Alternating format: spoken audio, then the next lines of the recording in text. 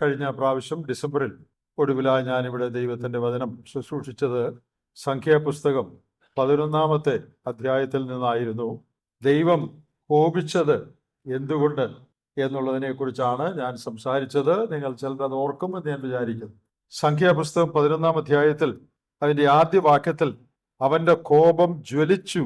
10 വാക്യത്തിൽ യഹോവയുടെ കോപം ഏറ്റവും ജ്വലിച്ചു. 33 വാക്യത്തിൽ യഹോവയുടെ കോപം ജനത്തിന്റെ നേരെ ജ്വലിച്ചു. 3 പ്രാവശ്യം ഗോഡ് വാസ് ആംഗ്രി, ദൈവം കോപിച്ചു എന്ന് പറഞ്ഞിരിക്കുന്നു. അത് എന്തുകൊണ്ടാണ് ദൈവം കോപിച്ചത് എന്നുള്ളതാണ് നാം ഒടുവിൽ ചിന്തിച്ചത്.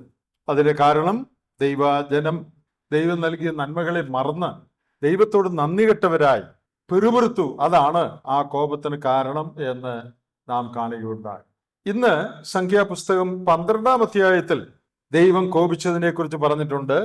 അതെന്തുകൊണ്ടാണ് ദൈവം കോപിച്ചത് എന്നാണ് ഇന്ന് ചിന്തിക്കാനായിട്ട് പോകുന്നത്. നമ്പേഴ്സ് ചാപ്റ്റർ 12, സംഖ്യാപുസ്തകം 12 അധ്യായം അതിൻ്റെ 9 വാക്യം. യഹോവയുടെ കോപം അവരുടെ നേരെ ജ്വലിച്ചു. 11 അധ്യായത്തിൽ 3 വട്ടം ദൈവജനത്തിനെതിരെ ദൈവത്തിന്റെ കോപം ജ്വലിച്ചു എന്ന് എഴുതിയിട്ടുണ്ട്. അതിന്റെ കാരണം പിറുപിറുപ്പാണ്. 12 അധ്യായത്തിൽ 9 വാക്യത്തിൽ വീണ്ടും യഹോവയുടെ കോപം ജ്വലിച്ചു എന്ന് നാം വായിക്കുന്നു. 11 അധ്യായത്തിൽ ദൈവജനത്തിനെതിരെയാണ് ദൈവത്തിന്റെ കോപം ജ്വലിച്ചത്. 12 അധ്യായത്തിൽ ദൈവജനത്തിൽ ചില വ്യക്തികളുടെ നേരെയാണ് ദൈവത്തിന്റെ കോപം ജ്വലിച്ചത്. അതെന്തുകൊണ്ടാണ് ദൈവത്തിന്റെ കോപം ജ്വലിച്ചത് എന്നുള്ളതാണ് ഇന്നത്തെ നമ്മുടെ ചിന്താവിഷയം. 12 അധ്യായത്തിന്റെ ആദ്യത്തെ 3 വാക്യങ്ങൾ വായിക്കുന്നു. Numbers chapter 12 first 3 versus. മോശ ഒരു കൂശ സ്ത്രീ വിവാഹം ചെയ്തിരുന്നുകൊണ്ട് കൂശ സ്ത്രീ നിമിത്തം മിര്യാമും അഹരോനും അവന് വിരോധമായി സംസാരിച്ചു. യഹോവ മോശ മുഖാന്തരം മാത്രമേ അരുളി ചെയ്തിട്ടുള്ളുവോ, ഞങ്ങൾ മുഖാന്തരവും അരുളി ചെയ്തിട്ടില്ലയോ എന്ന് പറഞ്ഞു. യഹോവ അത് കേട്ടു. മോശ എന്ന പുരുഷനോ ഭൂതലത്തിലുള്ള സകല മനുഷ്യരിലും അതിസൗമ്യനായിരുന്നു. താഴോട്ടുള്ള വാക്യങ്ങൾ നമുക്ക് വായിക്കാൻ ആവശ്യമുണ്ട്. എന്നാൽ സമയം ലാഭിക്കാനായിട്ട് ഇപ്പോൾ മുഴുവൻ വായിക്കാതെ നമുക്ക് ആവശ്യം വരുന്ന സമയത്ത് ആ വാക്യങ്ങൾ നമുക്ക് നോക്കാമെന്ന് വിചാരിക്കുക. അനേക ആത്മീയ പാഠങ്ങൾ നമുക്ക് തരുന്ന ഒരു അധ്യായമാണ് സംഖ്യാപുസ്തകം 12 അധ്യായം.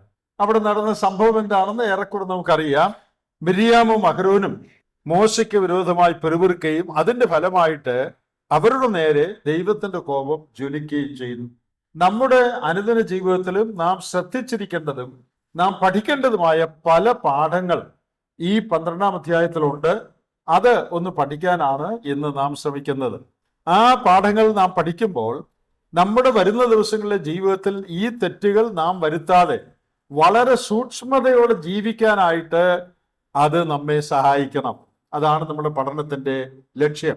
12 അധ്യായത്തിൽ മോശ ഒരു കൂശ സ്ത്രീ വിവാഹം ചെയ്തിരുന്നുകൊണ്ട് കൂശ സ്ത്രീ നിമിത്തം മിര്യാമും അഹരോനും അവന് വിരോധമായി സംസാരിച്ചു. മോശ കൂശ സ്ത്രീയെ വിവാഹം ചെയ്തിരുന്നതായിട്ട് വേദപുസ്തകത്തിലേക്ക് പറഞ്ഞിട്ടില്ല. മോശ ആരെയാണ് വിവാഹം ചെയ്തിരുന്നതെന്ന് പുറപ്പാട് പുസ്തകം 2 അധ്യായത്തിൽ നിന്ന് നാം മനസ്സിലാക്കുന്നുണ്ട്. അതിന്റെ 16 വാക്യത്തിൽ മിദ്യാനിലെ പുരോഹിതൻ, 18 വാക്യം റെഗുവേൽ എന്ന് പറയുന്ന ഒരാള്, അയാളുടെ വേറൊരു പേര് 3:1 പറഞ്ഞിട്ടുണ്ട്. മിദ്യാനിലെ പുരോഹിതനും തന്റെ അമ്മായിപ്പനുമായ ഇത്രോ. അപ്പോൾ റെഗുവേൽ അല്ലെങ്കിൽ ഇത്രോ എന്ന മിദ്യാന്യ പുരോഹിതന്റെ മകൾ സിപ്പോറയെ 22:21 വാക്യം ആണ് മോശ വിവാഹം ചെയ്തിരുന്നത്. അപ്പോൾ മിദ്യാന്യ പുരോഹിതനായ ഇത്രോവിന്റെ മോളെയാണ് മോശ വിവാഹം ചെയ്തതായിട്ട് നമ്മൾ വായിക്കുന്നത്. പക്ഷെ ഇവിടെ പറയുന്നത് സംഖ്യ 12 പറയുന്നത് അവൻ കൂശ സ്ത്രീ വിവാഹം കഴിച്ചു എന്നാണ്. കൂശ എന്ന് പറയുന്നത് ഈജിപ്തിന്റെ ഒരു ഭാഗമാണ്, ആഫ്രിക്കയുടെ ഒരു ഭാഗമാണ്. എത്യോപ്യയാണ് കൂശ എന്ന് പറയുന്നത്. അങ്ങനെ ഒരു സ്ത്രീ വിവാഹം കഴിച്ചു എന്നാണ് പറയുന്നത്. ഇതെങ്ങനെയാണ് വിശദീകരിക്കുന്നത്? നാം ഈ ഭാഗം സംസാരിക്കുന്നതുകൊണ്ട് അതൊന്ന് അറിഞ്ഞിരിക്കുന്നത് നല്ലതാണ്.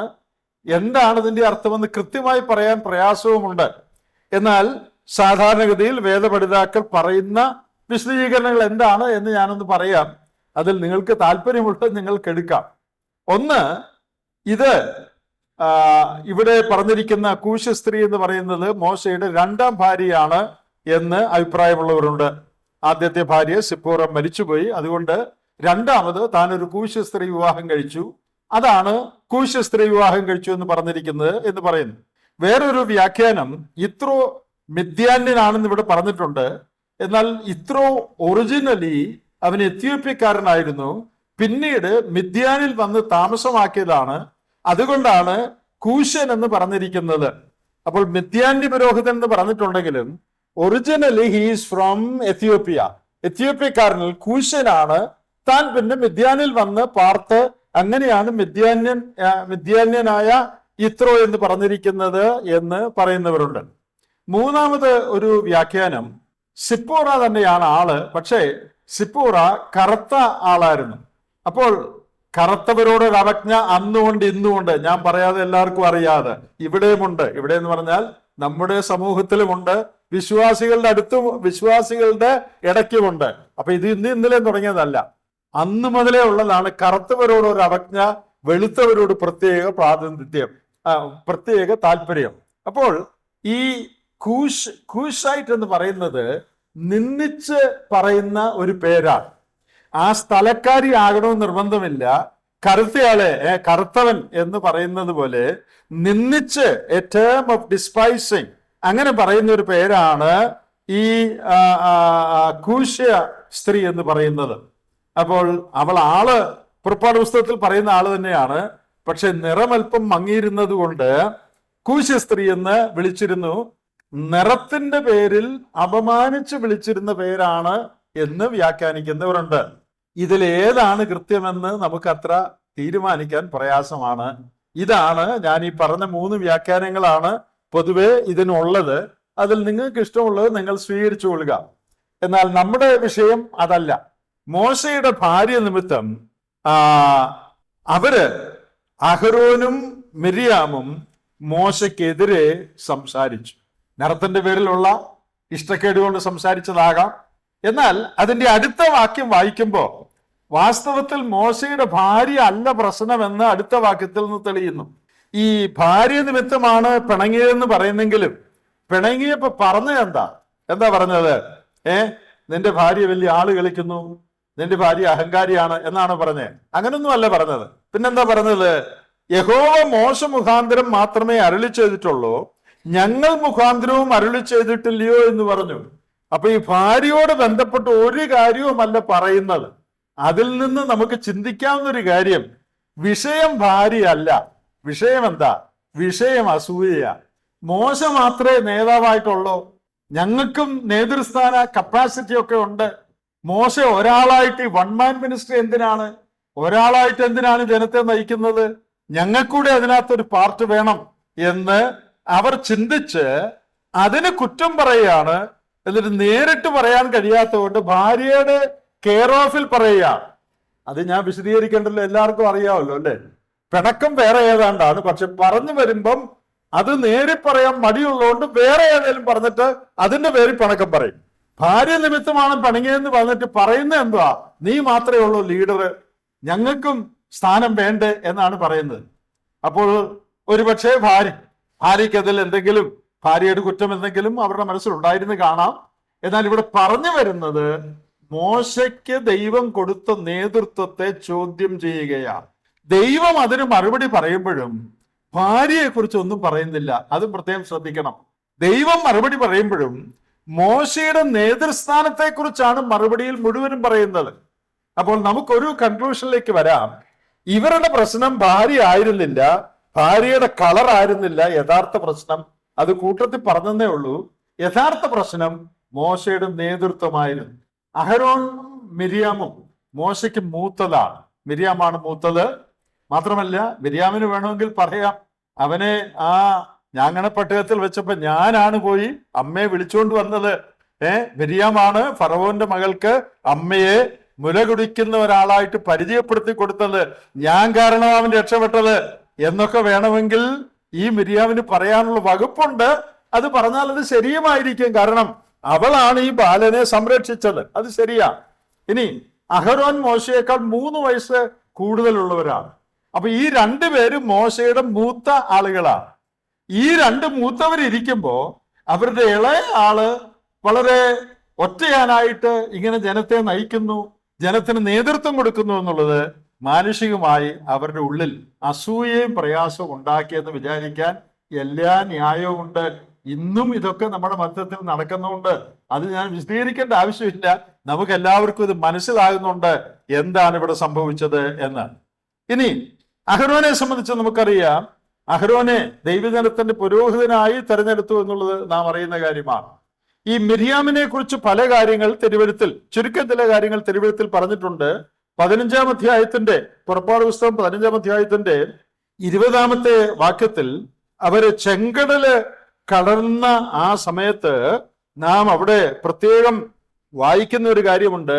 മിര്യാം എന്ന പ്രവാചകി തപ്പെടുത്തു പാട്ടുപാടി എന്ന് പുറപ്പാട് 15-ന്റെ 20-ാമത്തെ വാക്യത്തിൽ പറയുന്നുണ്ട്. അപ്പോ മിര്യാമിന് വളരെ പ്രധാനപ്പെട്ട ഒരു സ്ഥാനം ഇസ്രയേലിൽ ഉണ്ടായിരുന്നു. അഹരോന്റെ സഹോദരി മിര്യാം എന്ന പ്രവാചകി കയ്യിൽ തപ്പെടുത്ത് സ്ത്രീകളെല്ലാവരും തപ്പുകളോടും നൃത്തങ്ങളോടും കൂടെ അവളുടെ പിന്നാലെ ചെന്നു. അപ്പൊ മിര്യാം പ്രവാചകയായിരുന്നു എന്ന് പറയുന്നുണ്ട്, മിര്യാം ഒരു ലീഡർ ആയിരുന്നു എന്ന് പറയുന്നുണ്ട്. അവളാണ് പാട്ടിനും ഉപകരണങ്ങൾ വായിക്കുന്നതിനും നേതൃത്വം കൊടുത്തതെന്ന് പറയുന്നുണ്ട്. അപ്പോൾ മിര്യാം ഒരു ചില്ലറക്കാരിയല്ല, ചുമ്മാ വെറുമൊരു സ്ത്രീയല്ല, അല്പം നേതൃത്വഭാവമുള്ള, ലീഡർഷിപ്പ് കപ്പാസിറ്റി ഉള്ള ഒരു പ്രവാചകയാണ് മിര്യാം എന്ന് പറയുന്നത്. അത് മാത്രമല്ല, മീഖായുടെ പ്രവചനം 6-ാം അധ്യായം അതിൽ 4-ാമത്തെ വാക്യത്തിൽ ശ്രദ്ധിക്കുക. മൈഖ ചാപ്റ്റർ 6 and verse 4, മീഖ 6:4. ഞാൻ നിന്നെ മിസ്രയീം ദേശത്തു നിന്ന് പുറപ്പെടുവിച്ചു, അടിമ വീട്ടിൽ നിന്ന് നിന്നെ വീണ്ടെടുത്തു, മോശയെയും അഹരോനെയും മിര്യാമിനെയും നിന്റെ മുമ്പിൽ അയച്ചു. ദൈവം ഇസ്രയേലിനെ വീണ്ടെടുക്കാൻ അയച്ചവരുടെ കൂട്ടത്തിൽ മിര്യാമിന്റെ പേരും പറഞ്ഞിട്ടുണ്ട്. മോശയെയും അഹരോനെയും മിര്യാമിനെയും അയച്ചു. അപ്പോൾ നമുക്ക് അതിൽ നിന്ന് ഒരു കാര്യം മനസ്സിലാക്കാം, അഹരോനും മിര്യാമും വെറും സാധാരണ ആളുകളല്ല, ദൈവജനത്തിന്റെ മധ്യത്തിൽ ചില ചുമതലകളും നേതൃസ്ഥാനവും ഒക്കെ ഉള്ള ആളുകളാണ്. അപ്പൊ മിര്യാമിന് കേവലം മോശയുടെ പെങ്ങളെന്ന് മാത്രമല്ല, പ്രവാചകി, ലീഡർ എന്നുള്ള ഒരു സ്ഥാനം ഒരളവിൽ അവൾക്കുണ്ട്. ഒരു പക്ഷേ ഇപ്പൊ നമുക്ക് കുറച്ചുകൂടി മനസ്സിലായി എന്തുകൊണ്ട് അവർ പിണങ്ങിയെന്ന്. അവര് ചില്ലറ ആളുകളൊന്നും അല്ല, അവരും കുറച്ച് പ്രാധാന്യമൊക്കെ ഉള്ള ആളുകളാണ്, ദൈവം ഉപയോഗിക്കുന്ന ആളുകളാണ്. അതുകൊണ്ട് മോശയുടെ ഈ സ്ഥാനത്തിനെതിരെ അവര് പിണങ്ങിയെന്ന് പറഞ്ഞാൽ അത് മാനുഷികമായി നമുക്ക് മനസ്സിലാക്കാനായിട്ട് കഴിയുന്ന കാര്യമാണ്. നമുക്ക് 12-ാം അധ്യായത്തിലേക്ക് വരാം. അവര് അസൂയ നിമിത്തം മോശയുടെ നേതൃത്വത്തെ ചോദ്യം ചെയ്യുകയാണ്. അതിന്റെ 2-ാം വാക്യത്തിന്റെ ഒടുവിൽ പറയുന്നത്, യഹോവ അത് കേട്ടു. യഹോവ അത് കേട്ടു എന്നുള്ളത് നമുക്കറിയാമല്ലോ, പറഞ്ഞില്ലെന്ന് നമുക്കറിയരുത്. ഒരു കാര്യം അവര് പറഞ്ഞത് യഹോവ കേട്ടു എന്ന് പ്രത്യേകം പറയേണ്ട കാര്യമുണ്ടോ? അങ്ങനെ എഴുതിയില്ലെങ്കിലും നമുക്ക് എല്ലാവർക്കും അറിയാം, നമ്മൾ പറയുന്ന എല്ലാ കാര്യവും ദൈവം കേൾക്കുന്നുണ്ടെന്ന്. പിന്നെ എന്തിനാ യഹോവ അത് കേട്ടു എന്ന് പ്രത്യേകം പറഞ്ഞിരിക്കുന്നത്? യഹോവ അത് കേട്ടു എന്ന് പ്രത്യേകം പറഞ്ഞിരിക്കുന്നത് God makes a note of everything you say എന്ന് നമ്മെ മനസ്സിലാക്കിക്കാനാ. നാം പറയുന്ന എല്ലാ കാര്യവും ദൈവം ശ്രദ്ധിക്കുന്നുണ്ട് എന്നുള്ള ബോധം നമുക്ക് തരാൻ വേണ്ടിയാണ് ദൈവത്തിന്റെ ആത്മാവ് അത് പ്രത്യേകം എഴുതിയിരിക്കുന്നതെന്ന് വേണം നമ്മൾ മനസ്സിലാക്കാൻ. അങ്ങനെ ഒരു വാക്യം ഇല്ലായിരുന്നെങ്കിലും നമുക്ക് എല്ലാവർക്കും അറിയാം അവര് പറയുന്ന യഹോവ കേട്ടെന്ന്. എന്നാൽ ഇവിടെ പ്രത്യേകിച്ച് ദൈവാത്മാവ് അത് എടുത്ത് എഴുതിയിരിക്കുകയാണ്, ദ ലോർഡ് ഹേർഡ് ഇറ്റ്, യഹോവ അത് കേട്ടു. ഇവിടെ നമുക്കൊരു പാഠമുള്ളത്, നാം പറയുന്ന എല്ലാ കാര്യങ്ങളും ദൈവം കേൾക്കുന്നുണ്ട്. The Lord makes a note of everything we say. നാം പലപ്പോഴും അതിനെക്കുറിച്ച് ബോധവാന്മാരല്ല. മനുഷ്യർ പറയുന്ന ഏത് നിസ്സാര വാക്കിനും ന്യായവിധി പുസ്തകത്തിൽ കണക്ക് കൊടുക്കണമെന്ന വാക്യമുണ്ട്. നമ്മിൽ പലർക്കും ആ വാക്യം അറിയാം. എന്നാൽ നാം പറയുന്നതെല്ലാം ദൈവം ശ്രദ്ധിക്കുന്നുണ്ട് എന്നുള്ളത് പലപ്പോഴും നാം ചിന്തിക്കാറില്ല. ഇങ്ങനെയുള്ള കാര്യങ്ങൾ പലപ്പോഴും പറയുന്നത് രഹസ്യമായിട്ടാണ്. നമ്മുടെ കൂട്ടുകാരോട്, നമ്മുടെ ഗ്യാങ്ങിലുള്ളവരോട്, നമുക്ക് അടുപ്പമുള്ളവരോട് രഹസ്യമായിട്ടാണ് ഇങ്ങനെയുള്ള കാര്യങ്ങൾ പറയുന്നത്. ബാക്കിയുള്ളവർ കുറ്റം. എന്നാൽ ബാക്കിയുള്ളവരുടെ കുറ്റം നാം രഹസ്യമായി പറഞ്ഞാലും ദൈവം അത് കേൾക്കുന്നുണ്ട് എന്നുള്ളത് നാം പ്രത്യേകം ഓർത്തിരിക്കേണ്ട ഒരു കാര്യമാണ്. ഇവിടെ ദൂഷണമായ കാര്യങ്ങളാണ് അവർ പറഞ്ഞത്, നല്ല കാര്യമല്ല പറഞ്ഞത്. മോശയ്ക്ക് വിരോധമായി മോശയുടെ അധികാരത്തെ ചോദ്യം ചെയ്യുന്ന കാര്യങ്ങളാണ് അവർ പറഞ്ഞത്. അത് നല്ല കാര്യമല്ല. ഇംഗ്ലീഷില് ബ്ലാസ്ഫമി എന്നൊരു വാക്കുണ്ട്. നിങ്ങൾക്ക് മിക്കവാറും പേർക്ക് ആ വാക്കറിയാം.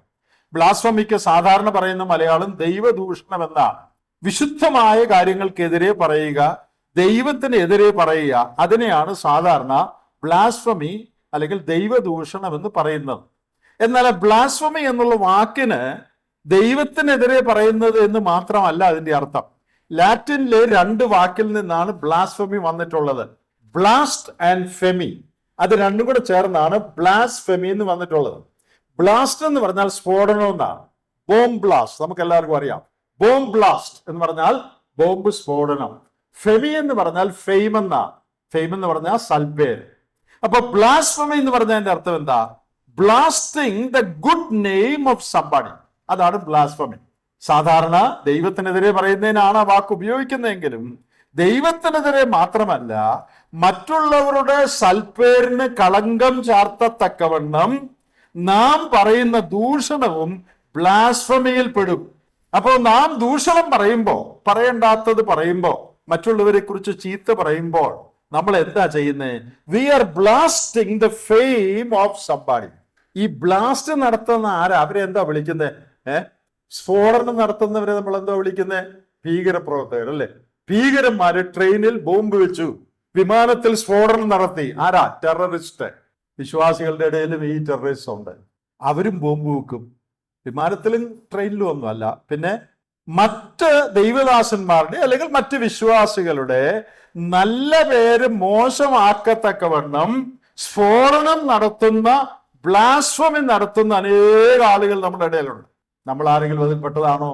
അന്യരുടെ സൽപ്പേരിന് കളങ്കം വരത്തക്കവണ്ണം, മറ്റുള്ളവർ ഈ ആളെ കുറിച്ച് മോശമായി ചിന്തിക്കത്തക്കവണ്ണം അവർക്കെതിരെ പറയുക.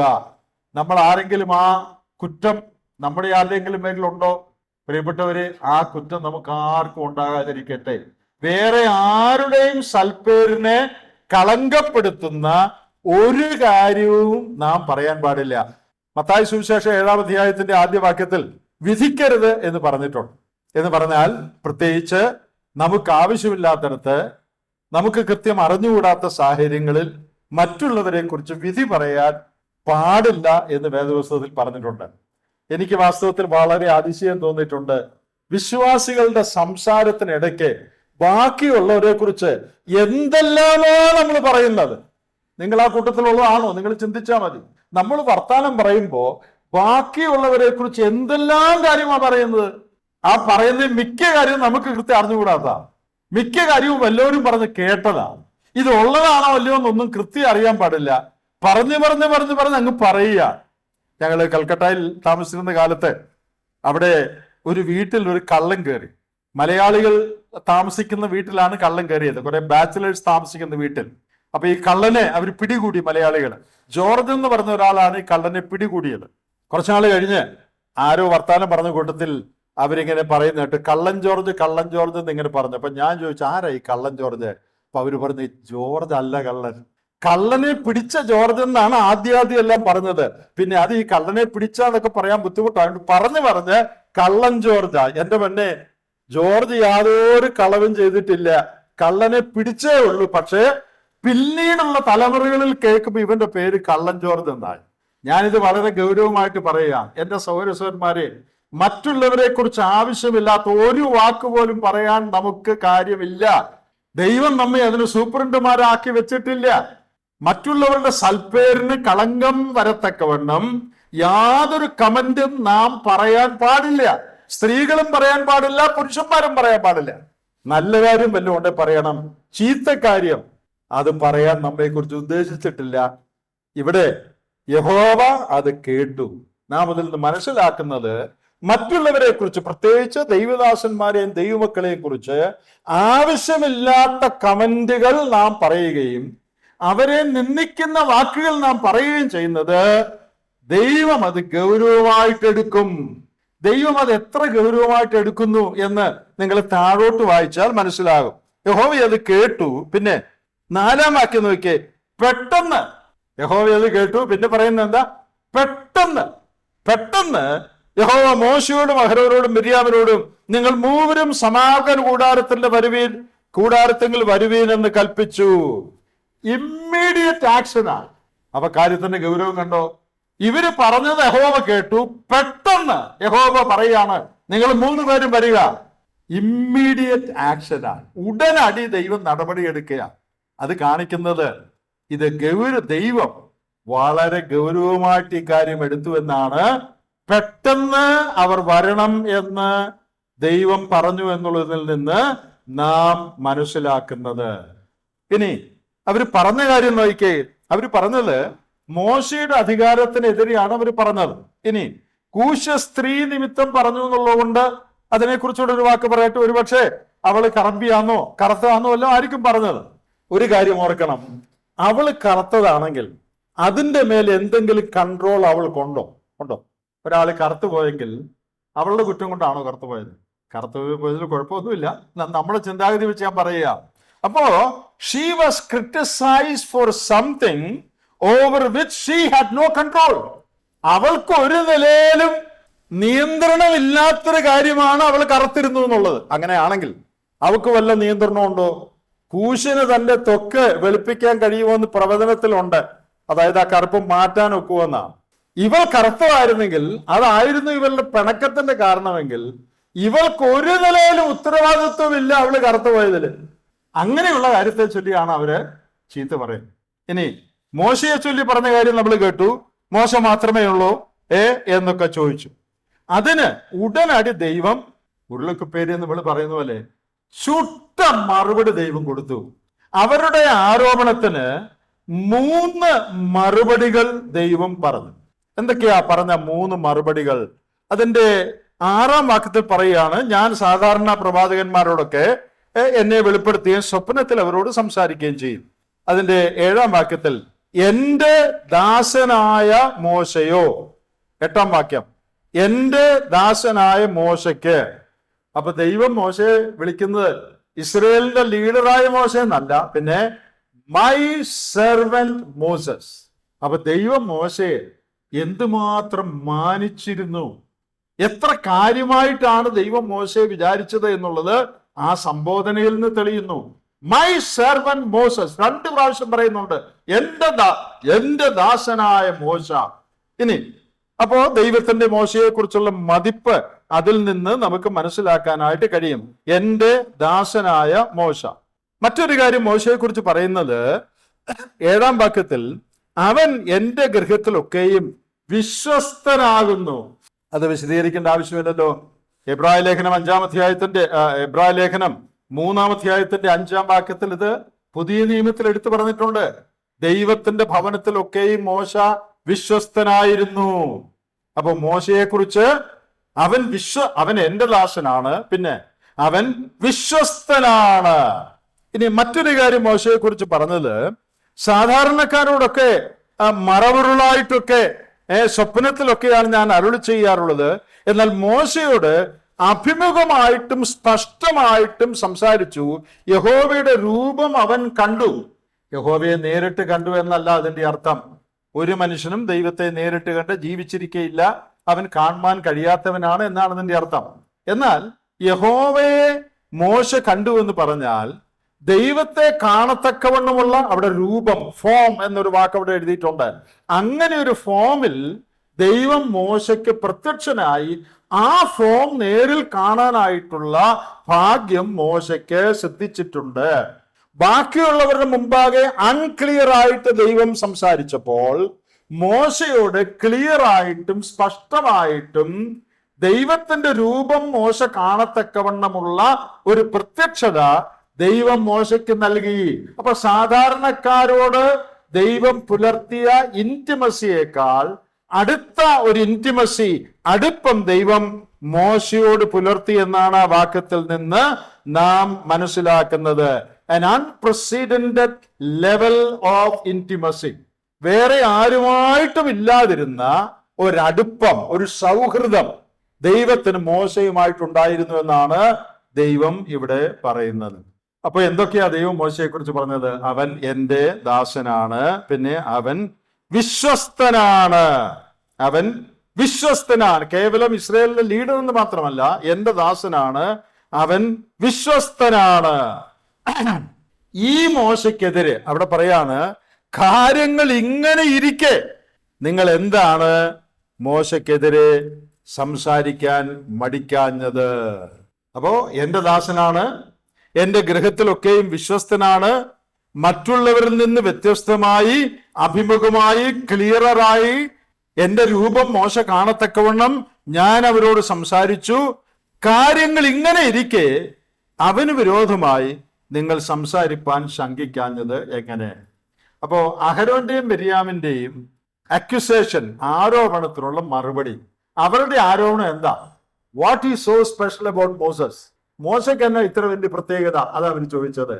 അപ്പൊ ദൈവം നമ്പർ 1, നമ്പർ 2, നമ്പർ 3, ഇതാണ് മോശയ്ക്കുള്ള പ്രത്യേകത. എന്താ? ഒന്ന്, അവൻ ദൈവഗൃഹത്തിൽ വിശ്വസ്തനാണ്. പിന്നെ അവൻ ഞാൻ തെരഞ്ഞെടുത്ത എന്റെ ദാസനാണ്. വേറെ ആർക്കും ദൈവവുമായിട്ടില്ലാതിരുന്ന അടുപ്പം, ലെവൽ ഓഫ് ഇന്റിമസി ഉണ്ടായിരുന്ന ആളാണ് മോസസ്. അപ്പൊ ഇപ്പം മനസ്സിലായോ what is so special about Moses? മോശയ്ക്ക് എന്താ പ്രത്യേകത? അതല്ലേ നിങ്ങളുടെ ചോദ്യം. മോശയ്ക്ക് മാത്രം എന്താ ഇത്ര വലിയ പ്രത്യേകത? ദൈവം പറഞ്ഞു, ഞാൻ പറയാം മോശയ്ക്ക് എന്താ പ്രത്യേകത എന്ന്. 3 പ്രത്യേകതയുണ്ട്. അവനെ ഞാൻ തെരഞ്ഞെടുത്തതാണ്, സെൽഫ് അപ്പോയിന്റഡ് ലീഡർ അല്ല, ഹി ഈസ് മൈ സെർവന്റ്. 2, അവൻ വിശ്വസ്തനായ ഒരുത്തനാണ്. 3, വേറെ ആർക്കും ഇല്ലാതിരുന്ന ലെവൽ ഓഫ് ഇന്റിമസി ഞാനുമായിട്ടുള്ളയാളാണ് മോശ. ഇപ്പൊ മനസ്സിലായ മോശയ്ക്ക് എന്താ പ്രത്യേകത എന്ന്? ദൈവസന്നിധിയിൽ വല്ലതും പറയുമ്പോൾ സൂക്ഷിച്ചു പറയാം. വായി വരുന്നത് പറയാം. നമ്മുടെ ഒരു സ്വഭാവമാണ് വായി വരുന്നതെല്ലാം വിളിച്ചു പറയാം. വായി വരുന്നതെല്ലാം വിളിച്ചു പറയരുത്, കാരണം യഹോവ അത് കേട്ടു.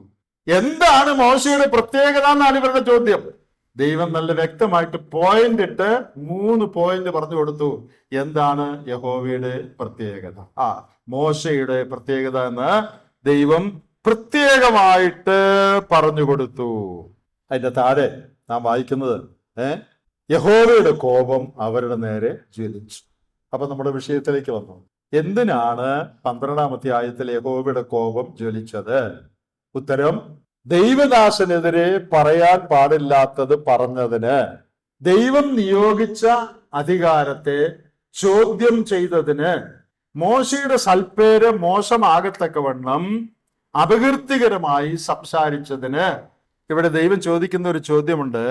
ഇവന് വിരോധമായി സംസാരിപ്പാൻ നിങ്ങൾ ഭയപ്പെടാഞ്ഞതെന്ത്? അപ്പൊ അതിൽ നമുക്കൊരു കാര്യം മനസ്സിലായി. എന്താ? ദൈവദാസന്മാർക്കെതിരെ അല്ലെ ദൈവമക്കൾക്കെതിരെ സംസാരിക്കാൻ നാം ഭയപ്പെടണം. നമുക്കങ്ങനെ ഭയപ്പാടുണ്ടോ? ബാക്കിയുള്ളവരെ കുറിച്ചൊരു കമന്റ് പറയാൻ നമുക്ക് ഭയപ്പാടുണ്ടോ? നമ്മിൽ പലർക്കും യാതൊരു പേടിയുമില്ല, ഒരു ശങ്കയുമില്ല, വായി തോന്നുന്നു പറയാം. ദൈവം ചോദിക്കുക, നീ എന്താ, why were you not afraid to speak against such a man? അങ്ങനെ ഒരാൾക്കെതിരെ പറയാൻ നിനക്ക് ഭയം തോന്നാന്നത് എന്ത്? അപ്പൊ അതിന്റെ അർത്ഥം, അങ്ങനെയുള്ളവർക്കെതിരെ സംസാരിക്കാൻ നമുക്ക് ഭയം തോന്നണം. ഭയത്തോടുകൂടി മാത്രമേ നാം അങ്ങനെയുള്ളവരെ കുറിച്ച് സംസാരിക്കാനായിട്ട് പാടുള്ളൂ. തീർന്നില്ല, യഹോവയുടെ കോപം ജ്വലിച്ചു. അതിന്റെ ഫലമായിട്ട് സംഭവിച്ച കാര്യങ്ങളൊന്ന് കേൾക്കണേ. 10-ാം വാക്യം, മേഘവും കൂടാരത്തിൽ നിന്ന് നീങ്ങിപ്പോയി, അവൻ മറഞ്ഞു. God's presence was withdrawn. ദൈവ സാന്നിധ്യത്തിന്റെ മഹത്വം ഈ പാപനിമിത്തം ദൈവം പിൻവലിച്ചു. മേഘം മറഞ്ഞു, ദൈവം മറഞ്ഞു. മേഘം മറഞ്ഞു എന്ന് പറഞ്ഞാൽ ഇവിടെ പാപം സംഭവിച്ചത് കൊണ്ട് ദൈവത്തിന്റെ സാന്നിധ്യത്തിന്റെ തേജസ് ദൈവം പിൻവലിച്ചു. ഇനി മിര്യാം ഹിമം പോലെ വെളുത്ത് കുഷ്ഠരോഗിണിയായി. മിര്യാമിന്റെ കംപ്ലൈന്റ് കറുത്തതായിരുന്നല്ലേ? അതല്ലേ കംപ്ലൈന്റ്? മിര്യാമിന് ഇഷ്ടം വെളുപ്പാണ്, അല്ലെ? വെളുപ്പാണ് മിര്യാമിന് ഇഷ്ടം. കറുത്തവരോട് നിനക്ക് പണക്കാണല്ലോ, എന്നൊരു കാര്യം ചെയ്യും, നീ നല്ലതായിട്ടങ്ങ് വെളുത്തു. ഒരു കമന്റേറ്റർ പറഞ്ഞിട്ടുണ്ട് അങ്ങനെ, മിര്യാമിന്റെ കറുപ്പിനോട് പ്രതികരണമായി അവൾ സംസാരിച്ചുകൊണ്ട്, കൂശ്യ സ്ത്രീയുടെ കറുപ്പിന് പ്രതികരണമായി അവൾ സംസാരിച്ചുകൊണ്ട് ദൈവം മിര്യാമിനോട് പറയാണ്, നിനക്ക് വെളുപ്പല്ലേ ഇഷ്ടം, അതുകൊണ്ട് നീ നല്ലതായിട്ടങ്ങ് വെളുത്തു. പറയുമ്പോൾ സൂക്ഷിച്ചു വേണം പറയാൻ. എല്ലാവരും ശ്രദ്ധിക്കണം, പറയുമ്പോൾ സൂക്ഷിച്ചു വേണം പറയാൻ. ദൈവം കേൾക്കുന്നുണ്ട്. കറുപ്പിനെതിരെയാ പറയുന്നെങ്കിൽ നീ വെളുക്കാൻ ചിലപ്പോ ദൈവം ഇടയാക്കിയെന്ന് വരും. വെളുക്കാൻ ഒരു പാടുമില്ല കേട്ടോ. അടുപ്പിൽ നിന്ന് ഒരു തീ മേത്ത് വീണാ മതി, നീ വെളുക്കും. ഒരു പാണ്ഡുരോഗം വന്നാ മതി, നീ വെളുക്കും. സംസാരിക്കുന്നത് സൂക്ഷിച്ചു വേണം. വെളുക്കാൻ ഒരു പാടുമില്ല. ദൈവം നല്ല വെളുപ്പ് കൊടുത്തു.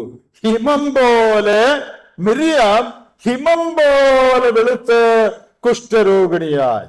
വേറൊരു ഭാഷയിൽ പറഞ്ഞാൽ മിര്യാമിന്റെ ഉള്ളിലുണ്ടായിരുന്ന കുഷ്ഠം പുറത്ത് ചാടി. ഉള്ളിലെ കുഷ്ഠം. എന്താ കുഷ്ഠം? സഹോദരന് വിരോധമായിട്ടുണ്ടായിരുന്ന പിണക്ക്, അസൂയ, മത്സരബുദ്ധി, അത് ഉള്ളിൽ കുഷ്ഠമായിട്ടുണ്ടായിരുന്നു. ഇത്രയും നാളത് മറച്ചു വെച്ചിരിക്കുകയായിരുന്നു. ദൈവം അത് പുറത്തു ചാടാനായിട്ട് ഇടയാക്കി തീർത്തു. എന്റെ പ്രിയപ്പെട്ടവരെ, എത്രയോ ഭയാനകമായ ഒരു കാര്യമാണത്. നമ്മുടെ ഉള്ളിൽ മറഞ്ഞിരിക്കുന്ന പാപനില വെളിപ്പെടുത്താൻ ദൈവത്തിന് പ്രസാദമായാൽ, ദൈവം അങ്ങനെ ചെയ്താൽ അതിനെ തടയാൻ നമുക്ക് സാധിക്കില്ല. നമുക്ക് സൂത്രത്തിലൊക്കെ പൊതിഞ്ഞൊക്കെ കുറച്ചാൾ കൊണ്ടു നടക്കാം. എന്നാൽ നമ്മുടെ ഉള്ളിലെ നില മറ്റുള്ളവർ കാണത്തക്കവണ്ണം വെളിപ്പെടുത്താൻ ദൈവം ഉദ്ദേശിച്ചാൽ അതിന് തടസ്സം വിടാൻ നമുക്ക് ആർക്കും പറ്റുകയില്ല. അത് പുറത്തു വരണമെന്ന് ദൈവം ചിന്തിച്ചാൽ അത് ദൈവം പുറത്തു കൊണ്ടുവരും. അത് മറച്ചു വെക്കാൻ, മൂടി വെക്കാൻ ആരെ കൊണ്ടും സാധിക്കുകയില്ല. അടുത്ത് നടന്ന ഒരു കാര്യം, അതിന്റെ 11-ാം വാക്യത്തിൽ അഹരോൻ മോശയോട്, അയ്യോ യജമാനെ, ഞങ്ങൾ ഭോഷത്വമായി ചെയ്തു പോയ ഈ പാപം ഞങ്ങളുടെ മേൽ വെക്കരുതേ. ഇവിടെ അഹരോൻ വിളിച്ചെന്താ? മോശെ എന്താ വിളിച്ചേ? അയ്യോ യജമാനനെ. ആരെയാ വിളിക്കുന്നേ? ഇളയനേനെ. ഇത്രയും നേരം എന്താ പറഞ്ഞിരുന്നേ? നീ എന്താ വലിയ ആളാകുന്നത് എന്നാ ഇത്രയും നേരം ചോദിച്ചോണ്ടിരുന്നു. വെളുപ്പ് പുറത്തു വന്നപ്പോ ഭാഷയൊക്കെ മാറി. ഇപ്പൊ സാറായി, സാറേന്നായി. അയ്യോ യജമാനനെ, അനിയനെ വിളിക്കുക, യജമാനനെ. അഹരോൻ ഭയപ്പെട്ടു പോയി. ഭോഷത്വമാണ് ഞങ്ങൾ ചെയ്തത്. അപ്പോൾ ദൈവം പറഞ്ഞത് കേട്ടോ, അമ്മയുടെ ഗർഭത്തിൽ നിന്ന് താഴെ പറയാണ്, ദൈവമേ അവളെ സൗഖ്യമാക്കണമേ എന്ന് മോശ പറഞ്ഞു. അഹരോൻ നിലവിളിച്ചപ്പോൾ മോശ പറയാണ്, യഹോവയെ സൗഖ്യമാക്കണമേ. ഇവിടെ ഒരു കാര്യം ശ്രദ്ധിക്കേണ്ടത്, ഈ 12-ാം അധ്യായത്തിൽ ഇതുവരെ മോശ വാ തുറന്നിട്ടില്ല. ഇത്രയും ബഹളം ഉണ്ടായെങ്കിലും മോശ 12-ാം അധ്യായത്തിൽ ആദ്യം പറയുന്ന വാചകം, ദൈവമേ അവളെ സൗഖ്യമാക്കണേ. വേറൊരു കാര്യവും മോശ ഇതുവരെ പറഞ്ഞിട്ടില്ല. ഈ അധ്യായത്തിൽ ആദ്യം വാ തുറക്കുന്ന എന്ത് പറയാനാ? ദൈവമേ അവളെ സൗഖ്യമാക്കണേ എന്ന് പറയാനാണ് മോശ ആദ്യമായിട്ട് വാ തുറക്കുന്നത്. നമ്മൾ മുമ്പേ വായിച്ചു, മോശ ഭൂതലത്തിലെ സകല മനുഷ്യരിലും വെച്ച് സൗമ്യനായി. ഭൂതലത്തിലെ സകല മനുഷ്യരിലും വെച്ച് സൗമ്യനായിരുന്നെന്ന് പറഞ്ഞാൽ ഭൂതലത്തിലെ സകല മനുഷ്യരുടെയും കാര്യം ദൈവത്തിന് അറിയാവുന്നതിന്റെ അർത്ഥം അല്ലെ? ഇയ്യോബിനെ കുറിച്ച് അങ്ങനെ പറയുന്നുണ്ട്, ഭൂതലത്തിലെ സകല മനുഷ്യരിലും വെച്ച് ദൈവഭക്തനായിരുന്നു. അപ്പൊ ഓരോരുത്തർക്കും എന്തുമാത്രം ഭക്തി ഉണ്ടെന്ന് ദൈവം അളന്നിട്ടുണ്ട്. ഭൂതലത്തിലെ സകല മനുഷ്യരിലെ സൗമ്യനായിരുന്നു പറഞ്ഞാൽ ബാക്കിയുള്ളവർക്കൊക്കെ എന്തുമാത്രം സൗമ്യത ഉണ്ടെന്ന് ദൈവത്തിന് അറിയാവുന്നതിന്റെ അർത്ഥം. എനിക്ക് നിങ്ങൾക്ക് എന്തുമാത്രം താഴ്മയുണ്ട്, സൗമ്യതയുണ്ട്, അത് ദൈവത്തിന് അറിയാം. അവൻ സകല മനുഷ്യരിലും സൗമ്യതയുള്ളവനായിരുന്നു. അതിൻ്റെ ഒരു തെളിവാണ്, തന്നെ ദുഷിച്ച് ദോഷം ഭവിച്ച മിര്യാമിന് വേണ്ടി അവൻ നിലവിളിക്കുകയാണ്, യഹോവേ അവളെ സൗഖ്യമാക്കണമേ. അവളുടെ പാപം ദൈവം ക്ഷമിച്ചു, അവളെ ദൈവം സൗഖ്യമാക്കി. എന്നാൽ പാപത്തിന് ചില അനന്തരഫലങ്ങളുണ്ട്. Sin has consequences. ചില അനന്തരഫലങ്ങൾ അവരനുഭവിക്കേണ്ടി വന്നു. എന്താണത്? ഒന്ന്, അവളുടെ ഉള്ളിലിരിപ്പ് പുറത്തു വരാൻ ഇടയായി. അതാണ് ഒരു അനന്തരഫലം. അവൾ ലജ്ജിക്കാൻ ഇടയായി. പിന്നെ ഫെലോഷിപ്പിൽ നിന്ന് അവളെ മാറ്റി, അവളെ പുറത്ത് അടച്ചിടണം 7 ദിവസം. ദൈവം അവിടെയും കരുണ കാണിച്ചു കേട്ടോ. അവളുടെ കുഷ്ഠം മാറിയില്ലായിരുന്നെങ്കിൽ, ബാക്കി നിങ്ങളൊന്ന് പറഞ്ഞേ, അവളുടെ കുഷ്ഠം മാറിയില്ലായിരുന്നെങ്കിൽ ജീവിതകാലം മുഴുവൻ അവൾ ഇസ്രായേലിന്റെ പാളയത്തിന് പുറത്ത് കഴിയേണ്ടി വന്നു. ദൈവം കരുണ കാണിച്ച് അവൾ കുഷ്ഠം മാറ്റിയോണ്ട് 7 ദിവസമേ പുറത്ത് കഴിയേണ്ടി വന്നുള്ളൂ. അവളുടെ കുഷ്ഠം മാറിയില്ലായിരുന്നെങ്കിൽ ജീവിതകാലം മുഴുവൻ ഈ മിര്യാം ഇസ്രായേലിന്റെ പാളയത്തിന് പുറത്ത് കഴിയേണ്ടി വന്നേനെ. അതാണ് അവരുടെ പ്രമാണം, അത് നമുക്കറിയാം. ഇനി മാത്രമല്ല, അവരുടെ മുമ്പോട്ടുള്ള യാത്ര 15-ാം വാക്യത്തിൽ ജനം യാത്ര ചെയ്യാതിരുന്നു. അപ്പൊ സംഭവിച്ച പാപം കൊണ്ടുണ്ടായ കോൺസിക്വൻസസ്, അനന്തരഫലങ്ങൾ എന്തൊക്കെയാണ്? ഒന്ന്, മിര്യാമിന്റെ അഴുക്ക്, ഹൃദയത്തിന്റെ അഴുക്ക് വെളിയിൽ വന്ന് മറ്റുള്ളവർ കണ്ട് അവൾ ലജ്ജിക്കാനിടയായി. 2, അവളെ പുറത്താക്കി, കൂട്ടായ്മ ഇല്ലാത്തവളായി. 3, ജനത്തിന് യാത്ര ചെയ്യാൻ പാടില്ലാതെ അവരുടെ പ്രോഗ്രസ് തടയപ്പെട്ടു. ഒരു ചോദ്യം ന്യായമായിട്ട് വരാം, അഹരോന് എന്താ ഇത് വരാഞ്ഞേ? അഹരോനും മിര്യാമും കൂടെ അല്ലേ ഇത് പറഞ്ഞത്? അതിന് 2 വിശദീകരണങ്ങളുണ്ട്. ഒന്ന്, ഈ എബ്രായ ബൈബിളിൽ അവരിരുവരും സംസാരിച്ചു നമ്മുടെ മലയാളത്തിലൊക്കെ ഉണ്ടെങ്കിലും എബ്രായ ബൈബിളിലെ തർജ്ജമ അനുസരിച്ച് ദ ഫെമിനിൻ സിംഗുലർ ആണ് ഉപയോഗിച്ചിരിക്കുന്നത്. അതായത് ഏകവചന സ്ത്രീലിംഗമാണ് സംസാരിച്ചു എന്നുള്ളതിന് ഉപയോഗിച്ചിരിക്കുന്നത്. അതിൽ നിന്ന് മനസ്സിലാക്കുന്നത് മിരിയാമാണ് ഈ സംസാരത്തിന് ലീഡ് എടുത്തത്. രണ്ടുപേരും പറഞ്ഞു കാണും, എന്നാൽ ഫെമിനിൻ സിംഗുലർ വെർബാണ് ഇവിടെ ഉപയോഗിച്ചിരിക്കുന്നത്. അപ്പൊ അതിന്റെ അർത്ഥം ഈ സംസാരത്തിന് ലീഡ് എടുത്തത് മിരിയാമാണ്. അതുകൊണ്ട് മിരിയാമിന്റെ മേൽ ശിക്ഷ വന്നു. 2, അഹ്റോന്റെ മേൽ ഈ നിലയിലുള്ള ശിക്ഷ വരുന്നത് വളരെ കഠിനമായി പോകും. കാരണം അത് അവന്റെ പൗരോഹിത്യത്തെ ബാധിക്കും. അവൻ പുരോഹിതനാണ്. അവന് കുഷ്ഠരോഗം വന്നാൽ അവന്റെ ശുശ്രൂഷയെ ആകമാനം അത് ബാധിക്കും. ദൈവം തന്റെ കരുണയിൽ അത് അനുവദിച്ചില്ല എന്ന് വേണം വിചാരിക്കാൻ. അപ്പോൾ അവളുടെ പാപം ക്ഷമിക്കപ്പെട്ടെങ്കിലും അവൾ ലജ്ജിക്കുവാൻ ദൈവം ഇടയാക്കി. അവളുടെ ഉള്ളിലുള്ളത് പുറത്തു വന്നു. അവളുടെ ഹൃദയനില എല്ലാവരും കാണാൻ ദൈവം ഇടയാക്കി. 2, കൂട്ടായ്മയിൽ നിന്ന് അവളെ മാറ്റി.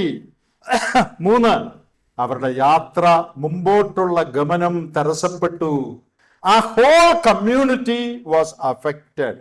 ആ സമൂഹം മുഴുവനും അതിൻ്റെ ദോഷം അനുഭവിക്കേണ്ടതായിട്ട് വന്നു. ഇവിടെ ഒരു പ്രമാണം, public sin demands public punishment. പരസ്യമായി അവൾ ചെയ്ത പാപം പരസ്യമായി ശിക്ഷ അറിയിക്കുന്നതായിരുന്നു. അതുകൊണ്ടാണ് ഇത് എല്ലാവരും കാണുകയാണ് ഈ സംഭവം നടക്കുന്നത്. അതുകൊണ്ട് എല്ലാവരും കാണുക തന്നെ അതിനുള്ള ശിക്ഷയും അനന്തരഫലവും ദൈവം വിധിച്ചു. പ്രിയപ്പെട്ടവരെ, അനേക 1000 വർഷങ്ങൾക്ക് മുമ്പ് നടന്ന കാര്യങ്ങളാണിത്. ദൈവത്തിന്റെ ആത്മാവ് ഈ കാര്യങ്ങൾ രേഖപ്പെടുത്തി വെച്ചിരിക്കുന്നത്. നമ്മുടെ ജീവിതത്തിൽ മാനിക്കേണ്ടവരെ മാനിക്കുവാൻ നാം പഠിക്കണം. ആവശ്യമില്ലാത്തത് സംസാരിക്കാതിരിക്കാൻ നാം പഠിക്കണം. നാം ദൈവത്തെ ഭയപ്പെടണം. നാം പറയുന്ന ഓരോ വാക്കും ദൈവം കേൾക്കുന്നു എന്നുള്ള ബോധം നമുക്കുണ്ടാകണം. പാപം ക്ഷമിക്കപ്പെട്ടാലും പാപത്തിന്റെ സ്വഭാവം അനുസരിച്ചാൽ അനന്തരഫലങ്ങൾ വരാമെന്നുള്ളതും നാം ഓർത്തിരിക്കണം. വളരെ സൂക്ഷ്മതയോടും ഭയത്തോടും കൂടെ ദൈവം കോപിക്കാതിരിക്കത്തക്കവണ്ണം ജീവിക്കുക.